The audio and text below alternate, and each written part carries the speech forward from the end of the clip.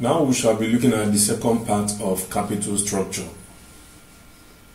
In the other video, we have discussed capital structure under Modiglian and Millian. The assumption from Modiglian and Millian, where we said that the total assets of a firm must remain constant while the capital structure varies from different proportions at a time in one particular firm. So we have discussed capital structure under Modiglian and Millian. Now we want to talk about capital structure under the traditional rule. Under the traditional rule.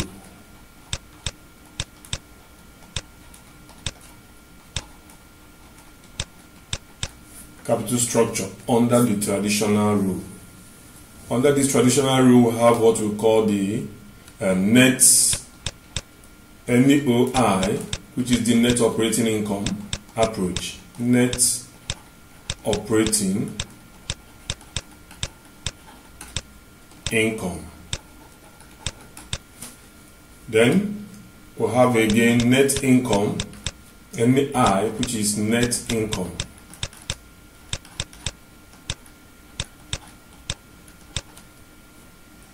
Approach in determining the capital structure of a firm. Yes. Now we still on the capital of a firm. Remember that the capital of a firm, we discussed three elements under capital structure of a firm. Number one is the equity. Number two, we talked about, let me bring in preference shares. Preference shares. Then number three, we talk about debts. We have known the meaning of all these in the first part of these lectures.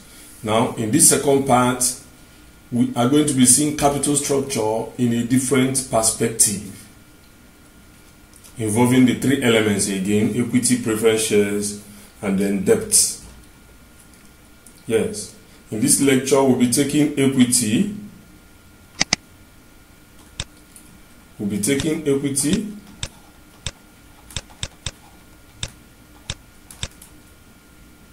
as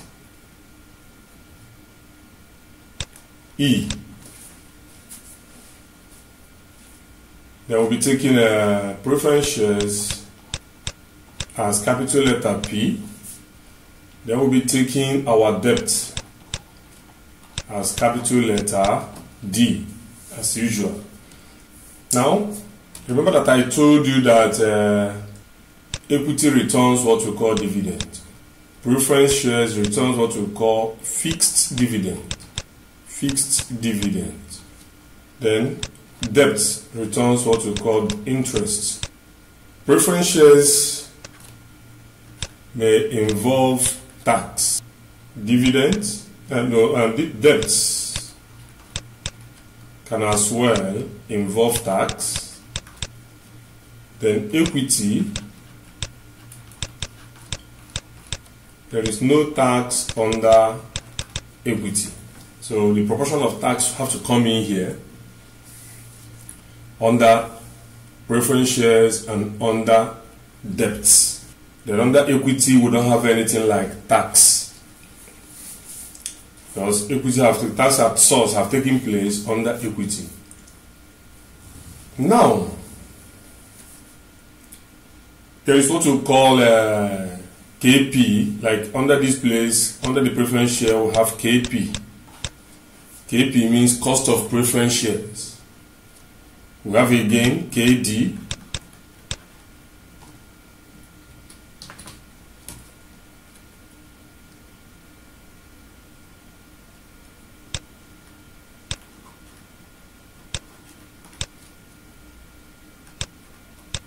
We have KD.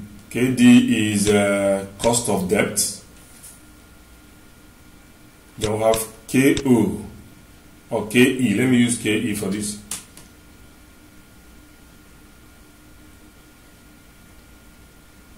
We have KE. KE is cost of equity. cost of equity. Preference shares, we talk about cost of preference shares. Debts, we talk about cost of debt. Then equity, we talk about cost of equity. Now, how do we go about this?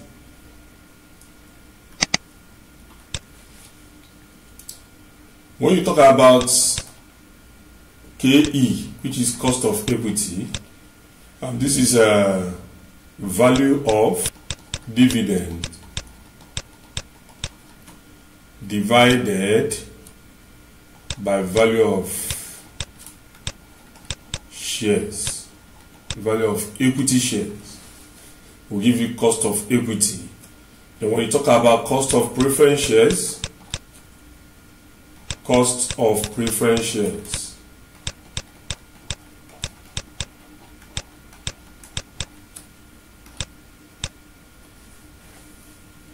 we still say value of fixed dividend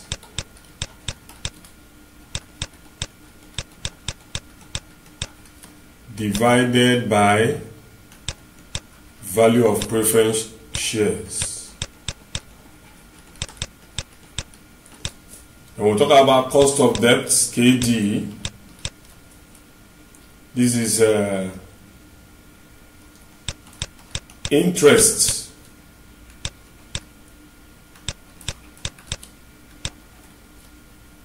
on debt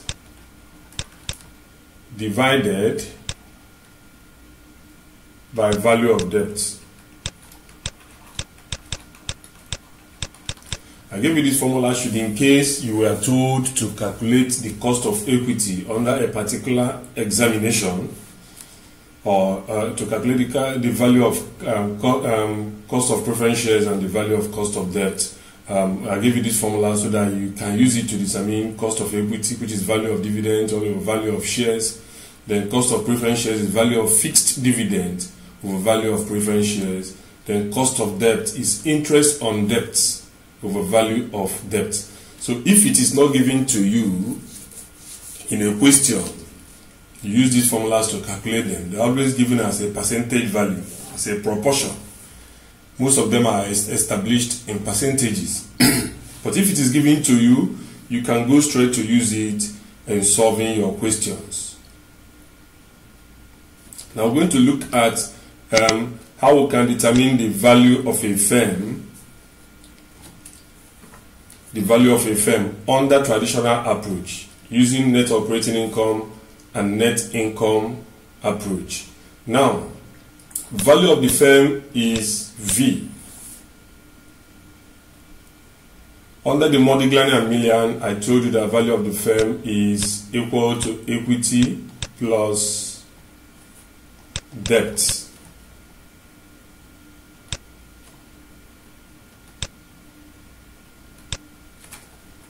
Now, under this net income approach or net operating income approach, the value of the firm is going to be value of equity plus value of preference shares plus value of debt. So this is the formula we're going to use to determine the value of the firm under the net income approach or net operating income approach, which we call the traditional rule. We have discussed the Modigliani and Millian under capital structure. So this is the capital of a firm under the net income approach or net operating income approach. Now, how do we determine the value of the firm? Value of the firm under equity. Under equity. Value of the firm under equity is equal to NOI, which is net operating income, all over KE, over cost of equity, if you are using the net operating income. Or we say NI over KE will give you net operating, will give you the value of the firm under equity. So if the question says you should use net operating income approach, that means you use this first formula, net operating income over cost of equity. If the question says you should use net income approach, and that should be net income divided by value of the cost of equity. Now, before I proceed, I want you to know how to get the net income. Net operating income will be given to you, but net income may not be given to you. So when they give you operating income in a question, and you want to determine the net income. So net income is simply net operating income minus interest on debt. You have to remove interest on debt for you to get the net operating income, net income. But if you're using net operating income, you don't have to deduct interest on debt. So this is how they are related. With this, you now calculate the value of the firm, net operating income over cost of equity. Take for instance that you were given in a question, for example,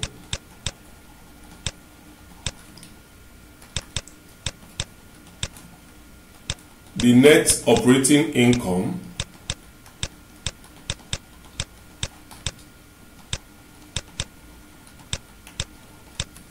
of a firm is $120.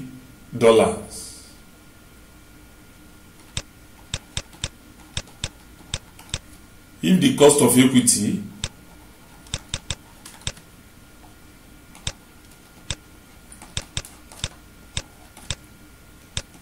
is 10%, determine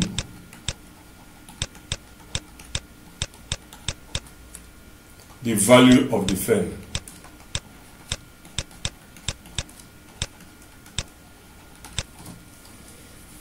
Now look at this question. Now the net operating income of a firm is $120. If the cost of equity is 10%, determine the value of the firm.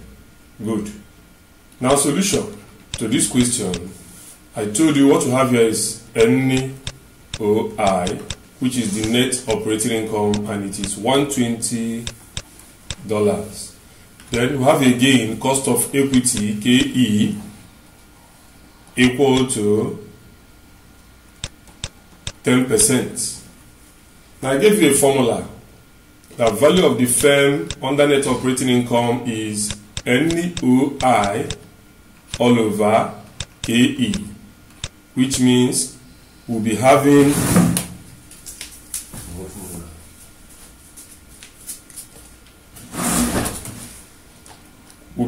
a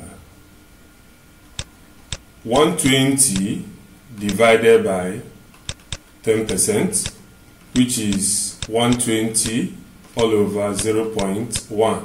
So we can now justify that value of the firm is equal to 120 divided by 0.1, 120 divided by 0.1 from the calculator.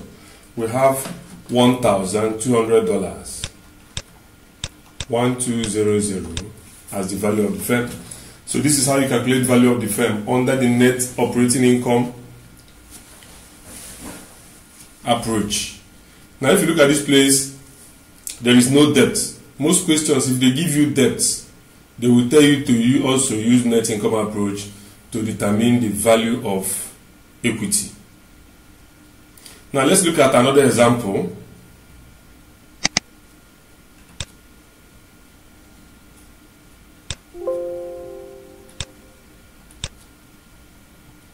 Let's look at another example, example 2.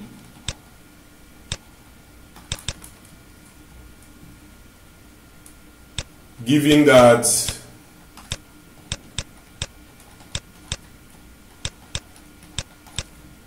the net operating income of a firm is $250 with total debt of $70. If the cost of equity is 10% and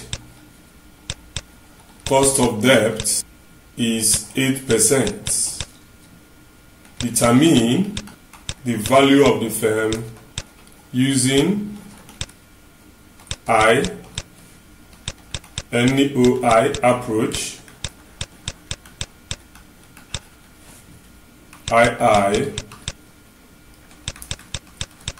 NEI approach. Now look at this question. This question is a little bit different from what we just solved. Now, given that net operating income is $250, with total debt of $70, this is $250 because the video is going far. Now, if the cost of equity is 10% and the cost of debt is 8%, we are required to determine the value of the firm using net operating income and net income approach. So the simple thing you're going to do, solution, is to determine, because already we have the net operating income to be 250, is to determine the net income. Then the math is solved. For you to get the net income, I gave you a formula that says net operating income minus interest on debt. Minus interest on debt. And what is interest on debt? Interest on debt is equal to interest rate multiplied by the value of debt. Interest rate times value of debt. And if you look at this question, we are given the value of debt of $70 with total value of debt of $70, and the interest on debt is 8%. So we can now calculate the interest on debt. So that should be 70 multiplied by 8%, which is 70 times 0.08. Then interest on debt should be equal to, from the calculator, we'll be having 70 times 0.08, and that will give us 5.6. So we'll have a 5.6 as interest on debt. So with this, we can now get the net income. Net income. Now net income is net operating income minus interest on debt, which is going to be, our net operating income is, how much is our net operating income? Net operating income here is $250.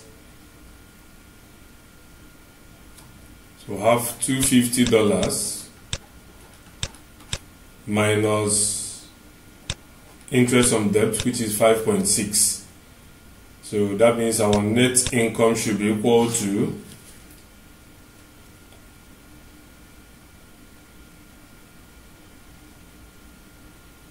$250 minus 5.6. That will give us $244.4. So have 244.4. This is our net income. Then with this net income, we can be able to calculate the cost of equity using the net operating income and the cost of debt and cost of equity again using the net income approach. So let's calculate them.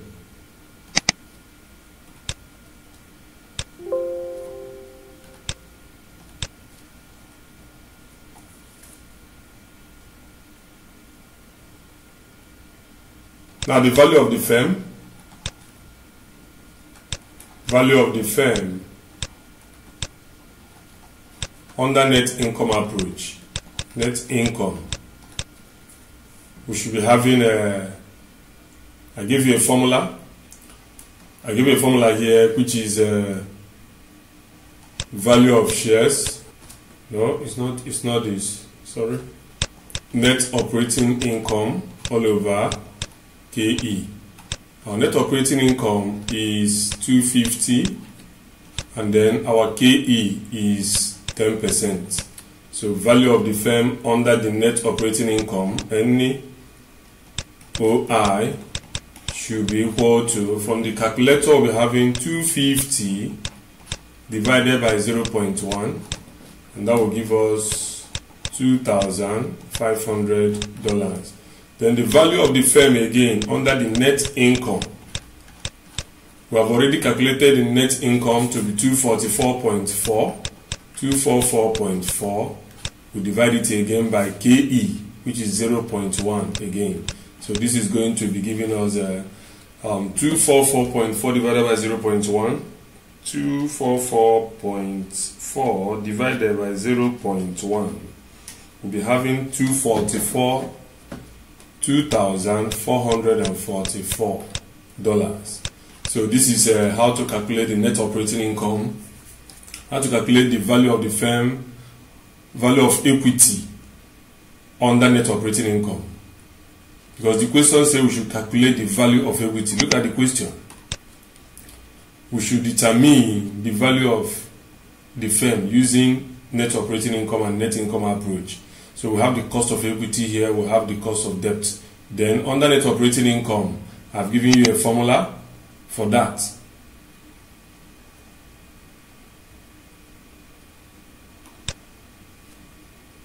Which is value of net operating income over cost of equity. Then net income over cost of equity 2. You get $2,500 and $2,444. So this is the value of the firm under equity. Under equity. Using net operating income and net income approach. Now the same thing happens to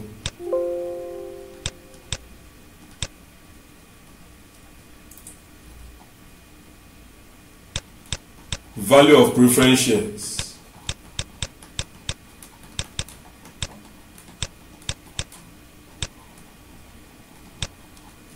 Value of preference shares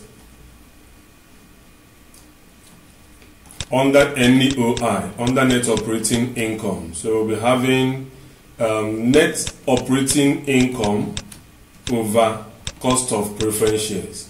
These two things will be given to you in the question. Of course, the net operating income must be given. You see it verbatim in the question. Then, and if they give you cost of preference shares, you divide it. You divide the net operating income by cost of preference shares. It will give you the value of preference shares. Then the same thing to the value of debt. Value of debt. It is still net operating income again divided by cost of debt.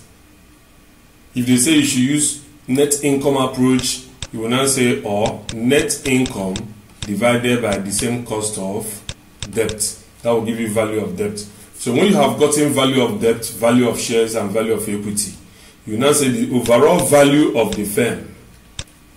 Value of the firm, the overall value of the firm, because at the end the question will tell you to find the overall value of the firm using net operating income or using net income. So when you have finished doing your calculations on value of the shares,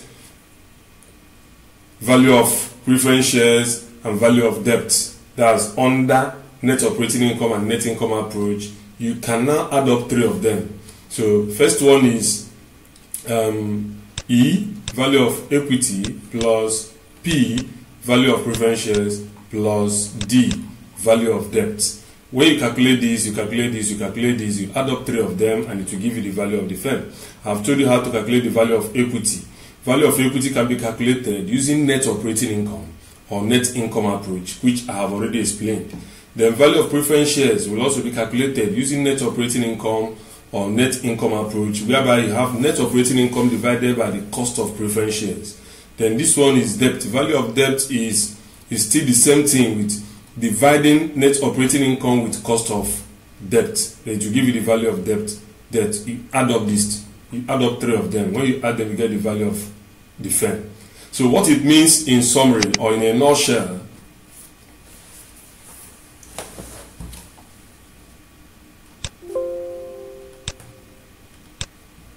what it means now in a nutshell is overall value of the debt, value of the firm, overall.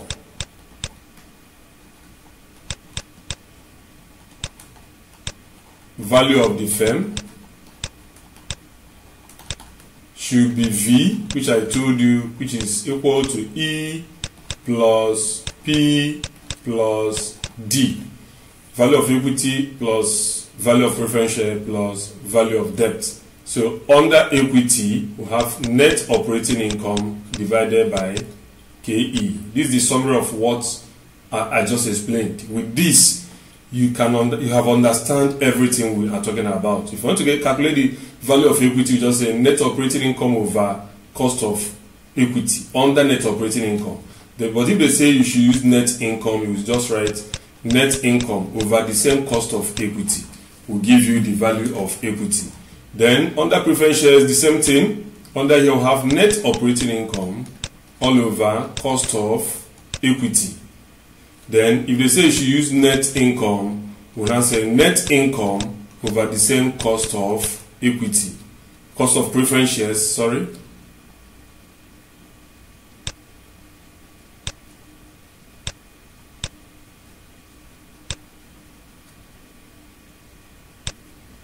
This is cost of preference shares because I'm talking about preference shares. This is cost of preference shares. Then for debts, you have under net operating income, you say net operating income divided by cost of debt. That will give you the value of debt. Then if they say you should use net income approach, we have net income divided by cost of debt.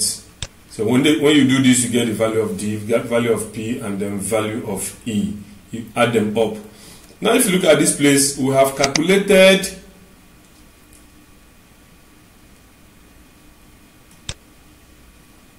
the value of the firm,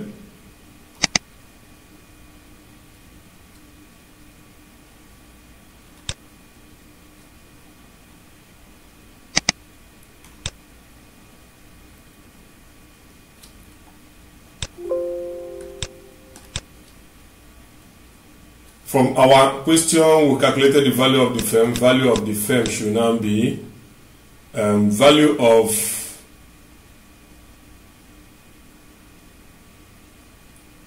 okay, we just calculated the value of the question. Said we should calculate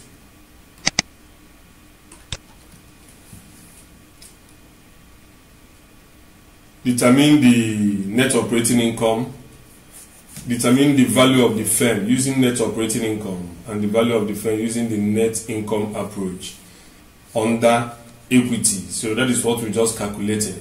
Given that the net operating income is 250 with the total debt of this, if the cost of equity is 10% and the cost of debt is 8%, determine the value of the firm. So here we're talking about just only equity and debt. So we can just say that the value of the firm, V, is equal to 2,500 plus 2,444, because this is what we got under the value of the firm, under value of equity, and this is value of debt. So add two of them to get the final answer. So when you add this, you'll be having 4999.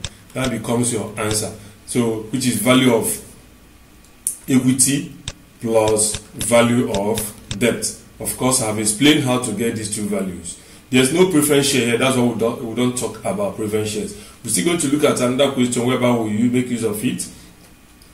Now, we're going to talk about overall weighted average cost of capital.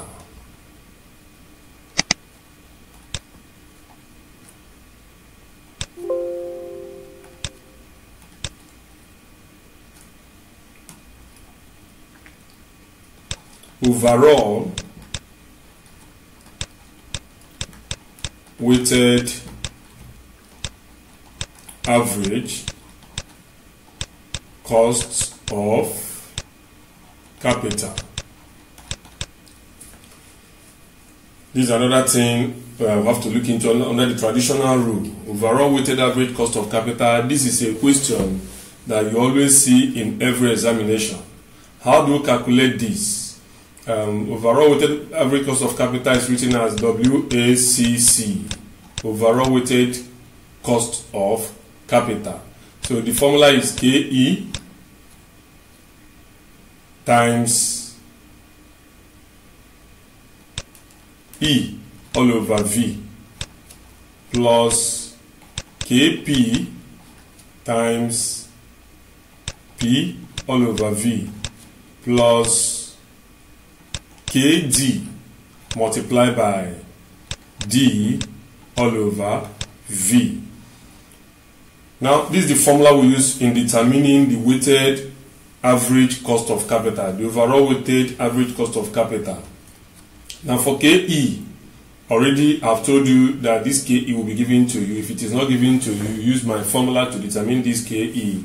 Then the value of equity is what we just finished calculating, and then the overall value of the firm, which you have calculated. Use this to determine the overall weighted average cost of capital. The same thing happens to cost of preference shares, multiplying by preference share over value of the firm, then plus KD, which is multiplying value of debt over the value of the firm. The value of the firm under weighted average cost of capital may be given to you. When it is given to you, then use it and resolve this. And we're going to solve a question that connects this in this video. Now, if you look at this, there is no tax. So we're going to look at weighted average cost of capital where there is tax. Weighted average cost of capital involving tax. The formula is just the same, but we're going to do a little adjustment here. So this is going to be KE times E all over V, then plus KP times P all over V times 1 minus T. That is tax involved here. Then plus KD multiplied by D all over V times 1 minus T again. It is only cost of equity that does not have tax. I told you before that preference shares will have tax, and then debentures and debts will also have tax. So whenever they say you should calculate the overall weighted average cost of capital, we use this formula in doing such. In the next video, we'll be solving some examples as regards the topic generally. We'll be seeing how to solve questions on weighted average cost of capital. So I want to see you in the next video so that we can finalize this topic. Remember that we are talking about capital structure under the Modigliani and Millian, and as well the net income or the traditional approach. So this is what we have for now. See you in the next video.